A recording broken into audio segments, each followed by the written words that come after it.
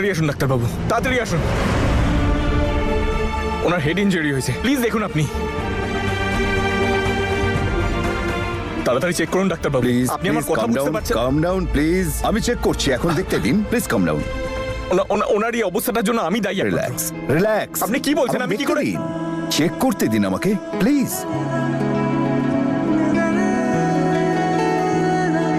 है पास जितने उतने ही दूर,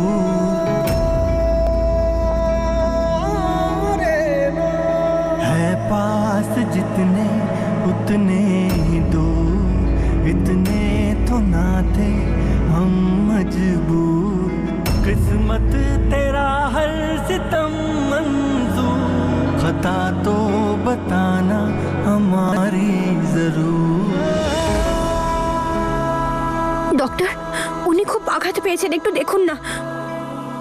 অ্যাক্সিডেন্ট হয়েছে কি? আসলে কিছু গুন্ডা ওনাকে কিডন্যাপ করে রেখেছিল, তাদের কাছ থেকে নিজেকে বাঁচাতে গিয়ে এই অবস্থা হয়েছে ওনার। সিস্টার 100 ডায়াল করো, ইটস আ পুলিশ কেস। ওকে ওকে, কিন্তু ডক্টর আপনি আগে ট্রিটমেন্টটা তো শুরু করুন, দেখুন ওনার কি অবস্থা। আপনি এনার কে হন? ওই আসলে আমি আমি আমি ওনার ধাবায় কাজ করি। কি জানি কেন কিডন্যাপ হয়েছিলেন উনি, কি হয়েছিল ওনার সাথে? উনি আমার স্ত্রী আর কয়েকজন গুন্ডা ওনার উপর অ্যাটাক করেছিল, ওদের পুলিশ নিয়ে গেছে। আপনি প্লিজ বাইরে যান, আমাদের চেক করতে হবে ওনার কোথায় কোথায় চোট লেগেছে। ডক্টর প্লিজ ওনার জন্য কিছু না হয়। पंख रह गई उडारियां उडारियां उडारियां। আস্তে। ওই সরি, একটা কথা বলবো নূর, আমার না মনে হচ্ছে আমি আমার টিনেজ আবার ফিরে পেয়েছি। রাত্রিবেলা এভাবে লুকিয়ে লুকিয়ে নিজের গার্লফ্রেন্ডকে দেখতে আসছি। আই সোয়্যার, আপনার নিশ্চয়ই অনেক গার্লফ্রেন্ডস ছিল, তাই না? আরে আমি কিরকম বোকা বোকা প্রশ্ন করছি আপনাকে। অবশ্যই থাকবে, এত হ্যান্ডসাম লোকের তো গার্লফ্রেন্ডস থাকবেই। রিয়েলি নূর, তোমার সঙ্গে কথা বললে মনটা ফুরফুরে হয়ে যায় আমার। আমারও।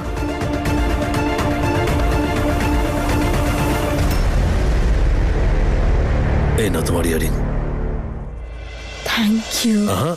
ফ্রেন্ডশিপে no sorry, no thank you, right? Absolutely. আচ্ছা বললু, আপনি এই সময় এখানে আমার ইয়ারিংটা দিতে এসেছেন, সত্যি আমি খুব খুশি। আমি কি হলো? বলে দিচ্ছি, মে আই? হ্যাঁ,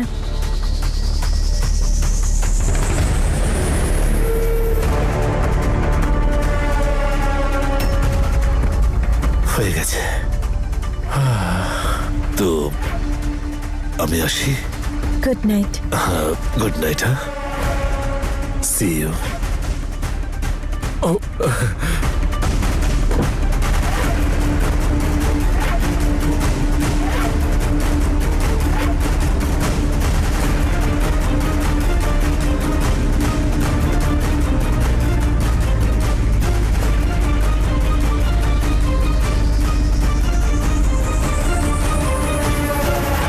এই মেয়েটাকে তুমি আরে শোনো,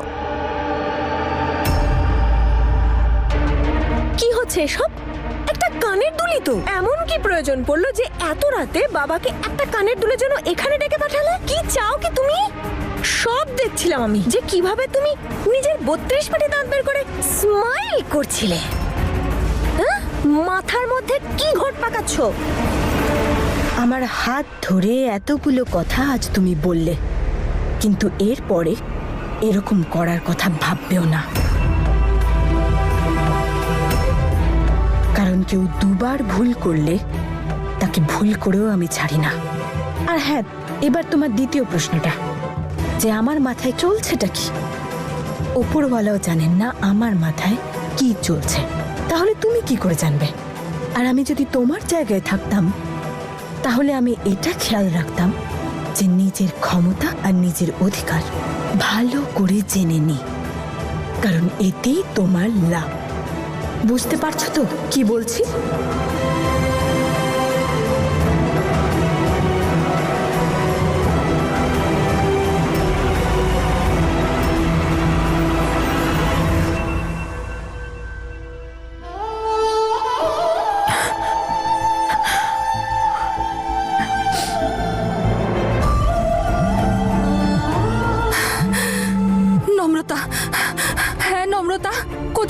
রে তুই মা? তুই ঠিক আছিস তো?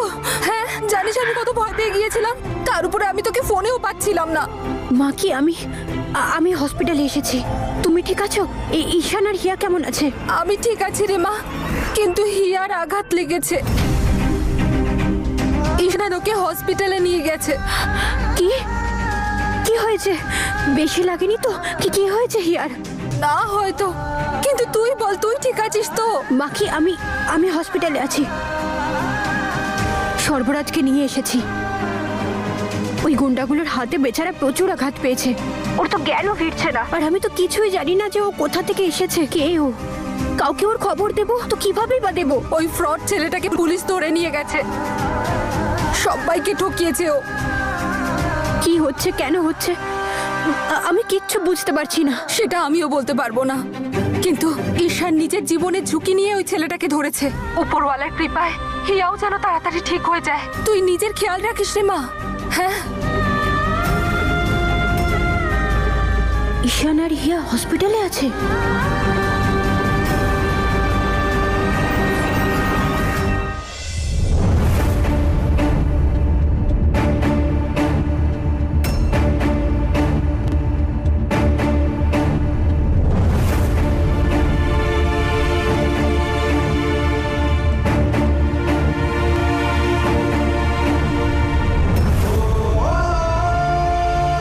Thank god. ঈশান, হিয়া, তুমি ঠিক আছো? I am sorry. এসব আমার জন্য হয়েছে। আমি বন্ধু হয়ে বন্ধুত্ব পালন করতে পারলাম না। তুমি প্রত্যেকবার প্রত্যেকটা সিচুয়েশনে আমার সাথে ছিলে, কিন্তু আমি এতটা নেশা কেন করলাম? আজকে তুমি আঘাত পেয়েছো আমার জন্য। তোমার এই অবস্থার জন্য আমি দায়ী। আই প্রমিস, আমি কখনো তোমার কোনো ক্ষতি হতে দেব না। সম্ভব হলে আমায় ক্ষমা করে দিও ব্যাস। ঈশান, তোমার কোনো দোষ ছিল না। তুমি প্লিজ এভাবে নিজেকে দায়ী করো না। আমি ঠিক আছি।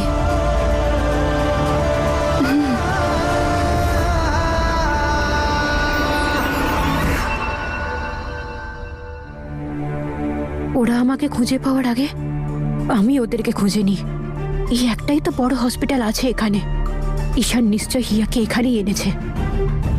হে ওপরওয়ালা, হিয়াকে রক্ষা করো।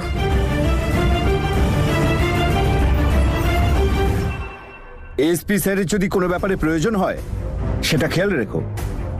আর ওনার ওয়াইফের অবস্থা এখন কেমন? এখন আর কোনো বিপদ নেই স্যার। আচ্ছা, ধাবার ওই মহিলাটি যে সর্বরাজের ব্যাপারে খবর দিয়েছিল, তার কি হলো? আমাদের টিম গেছিল ওখানে। সর্বরাজকে পাইনি, কিছু গুন্ডাদের পেয়েছিলাম। মনে হচ্ছে ওদেরকেও খুব পিটিয়েছে।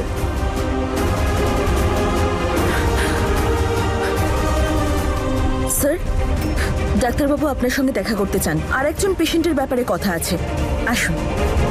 চলুন।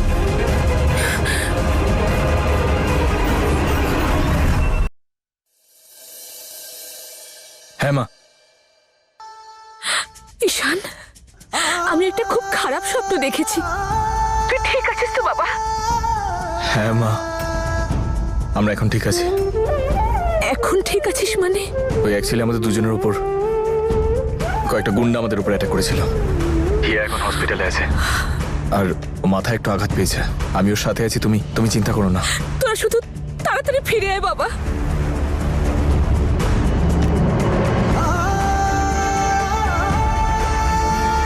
মা,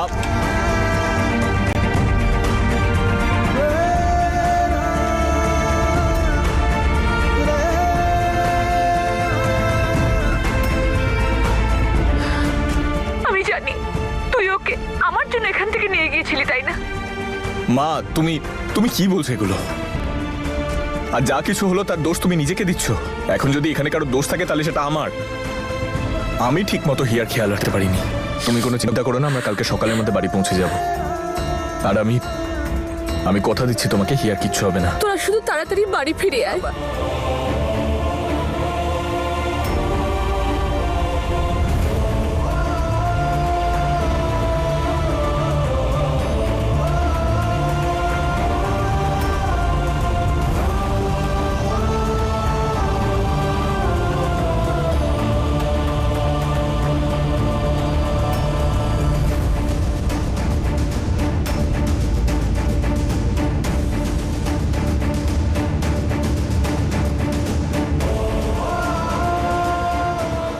আমি এসব কি ভাবছি? এখন আমার নম্রতার ব্যাপারে না, হিয়ার ব্যাপারে ভাবা উচিত। হিয়া আমার ওয়াইফ, ওর খেয়াল রাখা আমার কর্তব্য।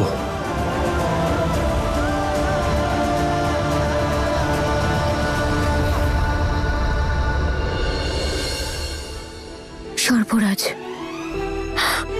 বেচারা সর্বরাজের যেন তাড়াতাড়ি জ্ঞান ফিরে আসে। এই তো ইনি সে ম্যাডাম যিনি ওর প্রাণ বাঁচিয়েছেন। আচ্ছা, আপনি এনাকে কিভাবে চেনেন? আমি ওনাকে চিনি না, যতটুকু চিনি ওই পাসপোর্টের মাধ্যমে। আর বাকি কথা তো আন্টি আপনাকে বলেই দিয়েছে। মানে সবকিছু জানতে গেলে ওনার জ্ঞান ফেরা পর্যন্ত অপেক্ষা করতে হবে। দেখুন, খুব খারাপভাবে মারা হয়েছে ওনাকে। ওনার আঘাতগুলো খুবই গভীর। মনে হয় ওই ফ্রডটা ওনার ওপরে খুব অত্যাচার করেছে, তবু উনি সাহস করে ওখান থেকে পালিয়ে এসেছেন।